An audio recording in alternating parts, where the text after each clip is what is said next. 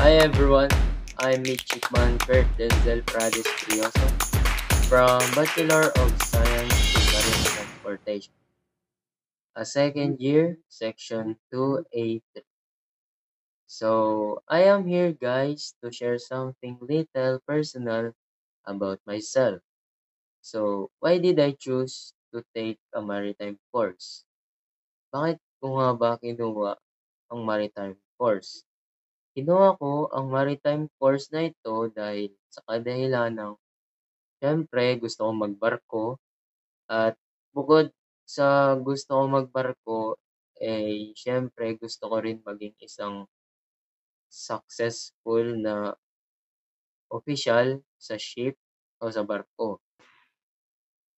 So, the next question is, how can I show respect to others in this class? So, for me, I can show respect to others while listening to them when they are speaking, like when a professor is teaching a lesson in the class. Next, use of polite languages. For example, please, thank you, po at opo, etc. And lastly, following the class rules and regulation inside the class.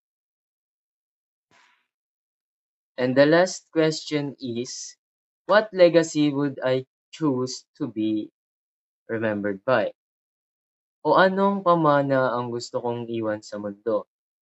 Para sa akin, gusto kong maalala bilang isang taong nagpakita ng kabutihan, nagbigay ng inspirasyon, at nag-iwan ng magandang epekto sa kapwa. At ang pamana naman na gusto kong iwan ay ang mga halagang aking pinahawakan. Respeto, malasakit, at katapangan na gumawa ng tama. And lastly, I have something to tell with you guys.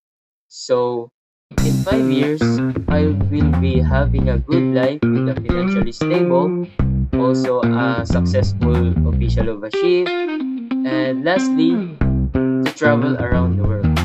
That's all. Thank you. Goodbye, guys.